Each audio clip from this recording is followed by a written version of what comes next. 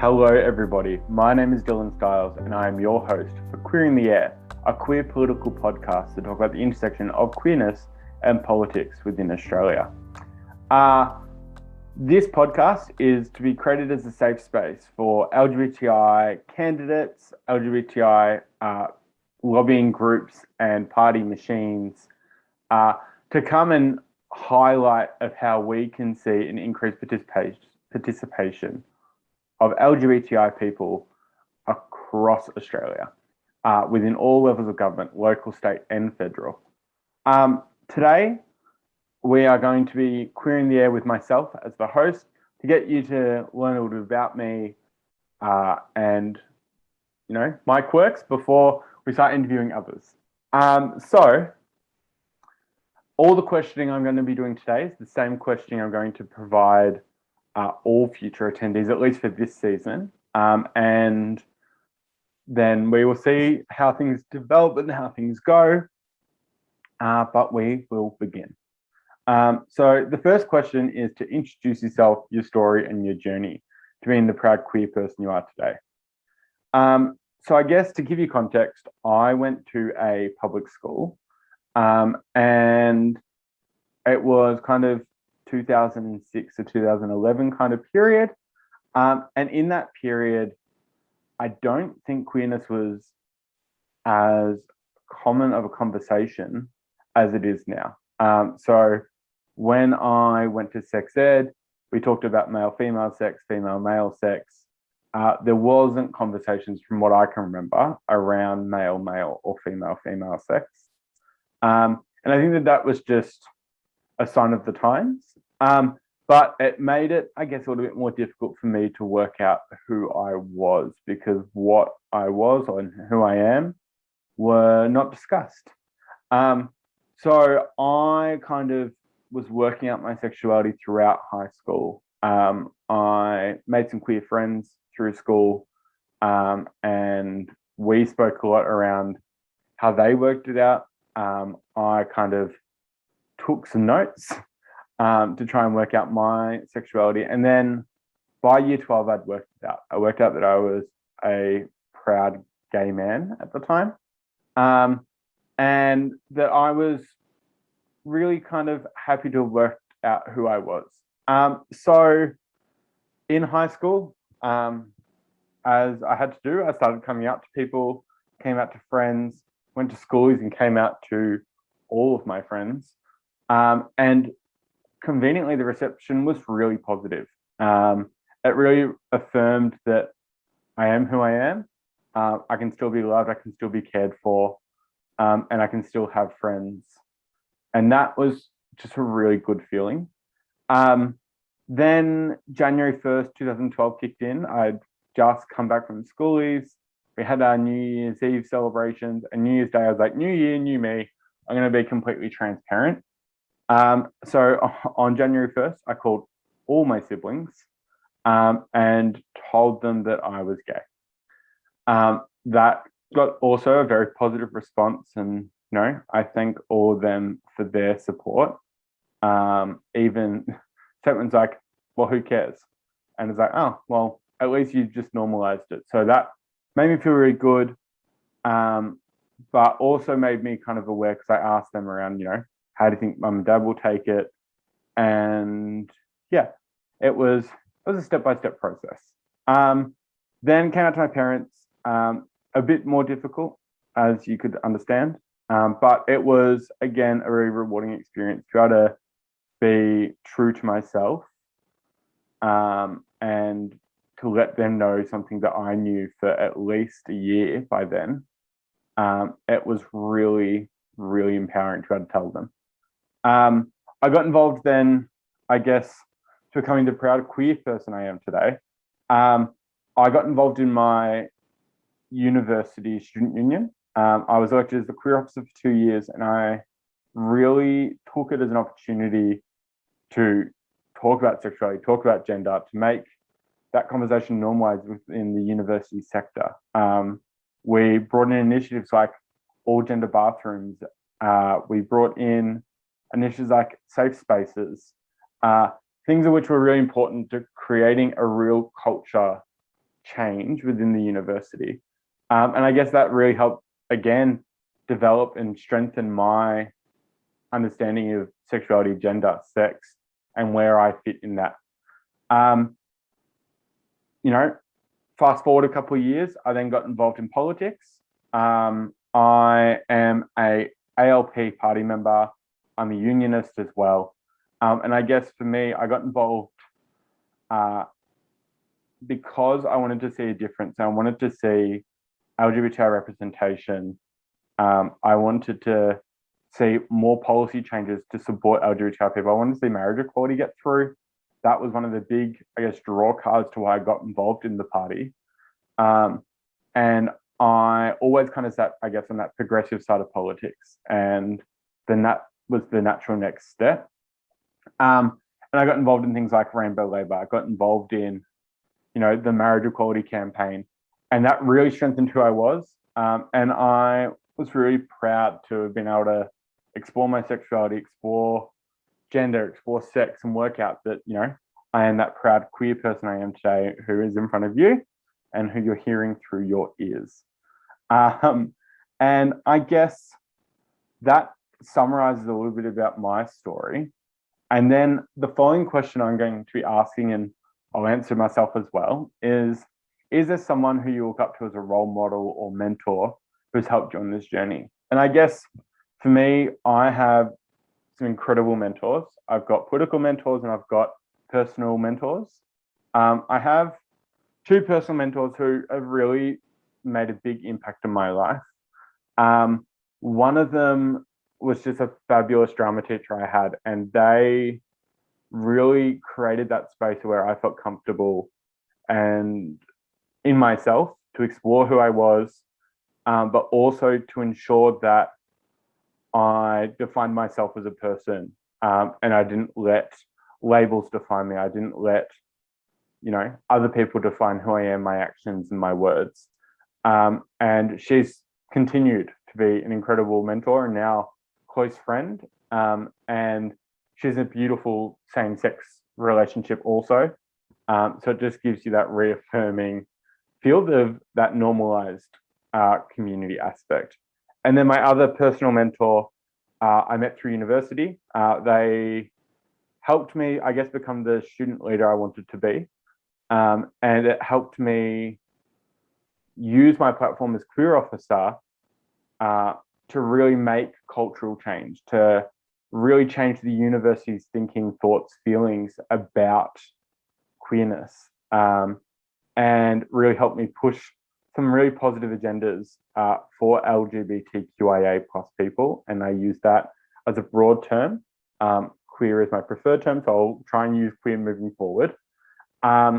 And they also developed just me as a leader, me as a person, and made sure that I was always authentically myself. And for that, I don't think you can get a better mentor. I then have a couple of political mentors. I have a close friend who is in a same-sex relationship. He's worked in the federal sector for a period of time with an MP, and he has been an absolute blessing. He's really supported me 100% in anything or everything I've wanted to do. I've always had their undying support, and they are definitely, in the trenches when it comes to seeing how do we get LGBTI people elected, which really reaffirms my happiness, want, and commitment to him as a mentor. I then have two other mentors, both fantastic. One was the former candidate for Paran, Neil Farrow. He has been an absolute, shining light for me when it's come to issues when I ran for local government. I ran for local government in Kingston, and I dealt with some of the similar issues that he had dealt with on his campaign. We talked around when I got reaffirmed as, or got told that I was the homosexual version of Daniel Andrews. He talked around, you need to choose on, is it a campaign message you want to talk about, or is it a personal message which you want to call out? And it's those little things of which made him a great mentor and close friend, and has really you know, stepped me through that process of what it's like being a queer person running for public office. And then one of my other dear friends is a counsellor. He is currently the mayor for the city of Kingston, and his name's Steve. And Steve has been an absolute uh, legend when it comes to running. As I ran in Kingston, I openly spoke with him around, the struggles I was dealing with on the campaign, what messaging I use as a queer person. Do I talk about my sexuality, or do I go, the importance is that I get elected first before we talk about me as a member of the community. And it was just really nice to have that guiding voice who has done it before me to get me through that process. I was unfortunately unsuccessful, but to run as an openly queer candidate was amazing. And I truly thank all my mentors, personal mentors, political mentors, for really getting me through these processes and, always having my back, even moving forward. It's really quite special. The next question I'm going to be asking people is around the barriers. So what barriers do you see for participation of queer people in politics, and how do you think we can best overcome these barriers to increase queer representation at all levels of government? I think there's a lot of barriers. I think there's personal barriers. A personal barrier for me was, do I put my sexuality at the forefront of my campaign, or am I wanting to get elected in my policies and my platform? And sexuality is just a part of me. I think there's barriers around community expectation. And I also think there is barriers around those in the community who may not be so supportive. And your concern around how you deal with homophobia, how you deal with transphobia, biphobia, and all other forms of hate speech. And I think for me, those barriers were the hard ones. I think there is barriers when it comes to entering into any endorsed role for any political party. And I think that those barriers would exist, I guess, across all political parties. I would not know, as I'm only a party member with the Australian Labor Party. But those barriers would exist for everyone. And I think as a queer person, our additional barriers is around reflecting the community who we represent, reflecting what are other people's opinions and thoughts and feelings about queer people. Do people think that a queer person running in a traditionally conservative seat is a good idea? Or is it, queer people should only run in seats which are already progressively held? And I think that that's a conversation where there is barriers. But I also think there is natural barriers of where we traditionally see a lot of cis straight people getting elected in all parties. And I think that that is just currently where we are in the world, I guess, within all parties. I think it's the same. And I think there is ways that we can empower that. I think personally, I am quite supportive of bringing in a queer quota. I know in Queensland they have that for the Labor Party, and I think that that is a really good way in electing LGBTI people.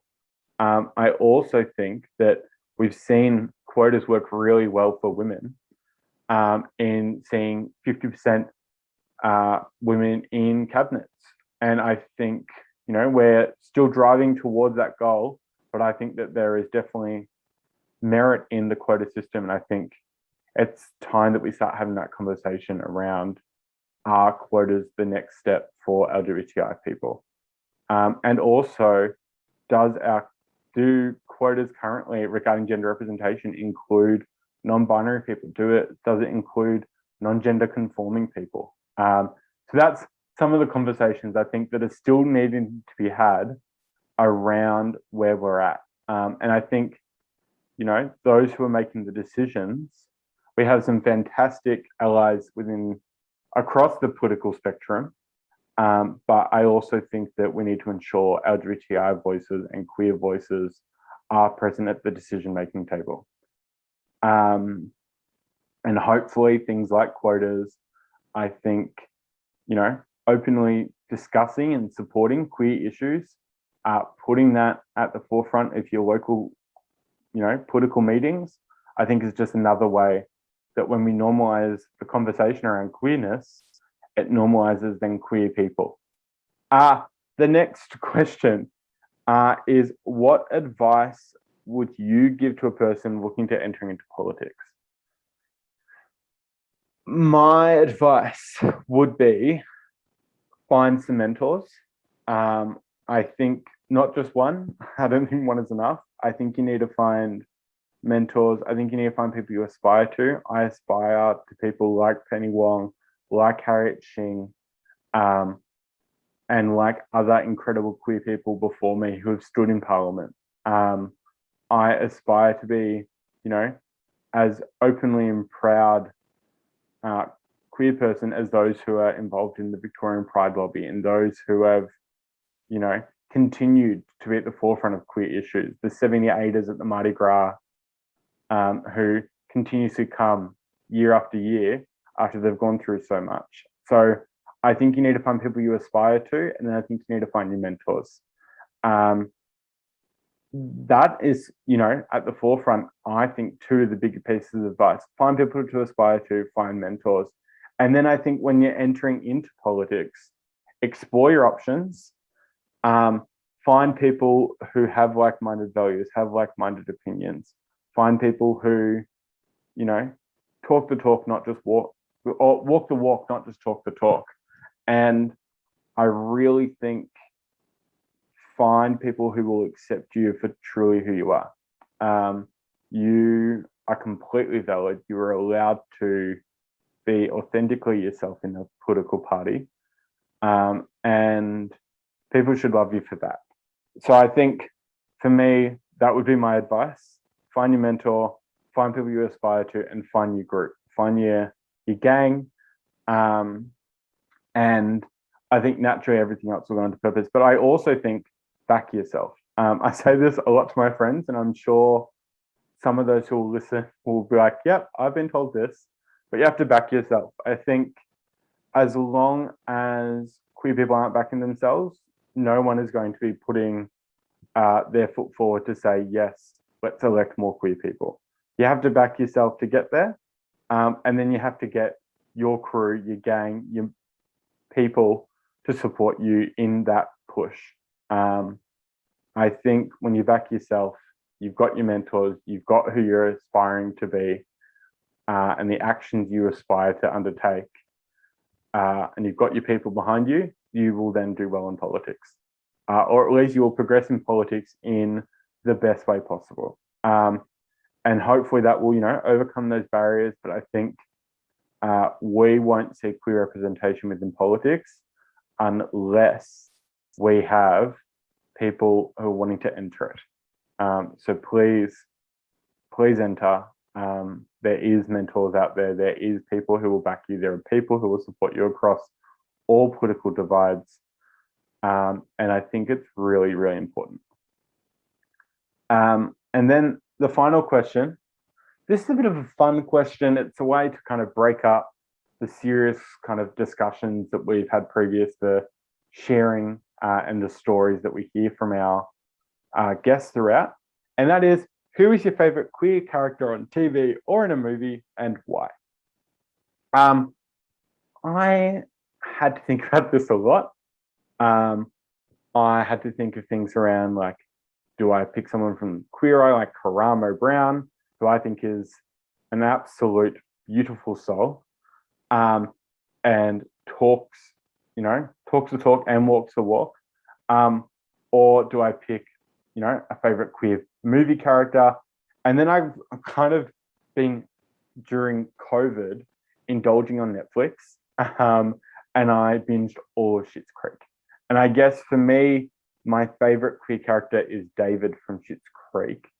And the reason why is I think he normalizes everything to do regarding homosexuality. And I think for me, he is authentically himself. He is true to who he is. Even when he changes his surroundings, his atmosphere, he doesn't change who he is. And I think that that is a really special person and a special message which is being put forward.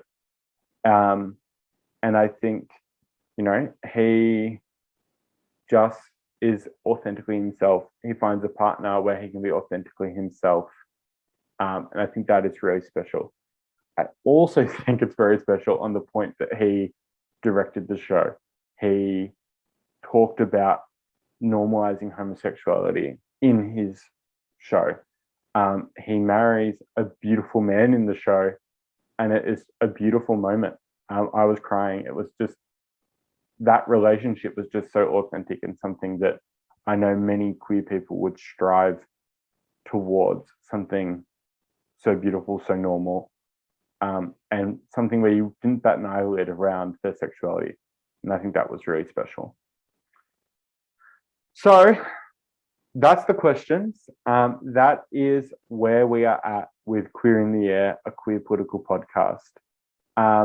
I'm looking forward to speaking with many, many, many more people in the future, and continuing to queer the air, to talk about how do we get more queer people elected into all levels of government, because we are ready to vote. And I want to thank all those who listened to the first edition.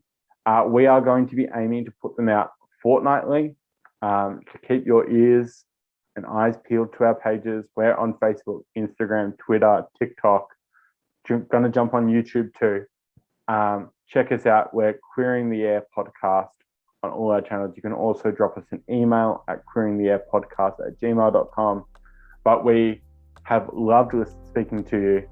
And I look forward to tuning in with you next fortnight with Queer in the Air, a queer political podcast. Thank you.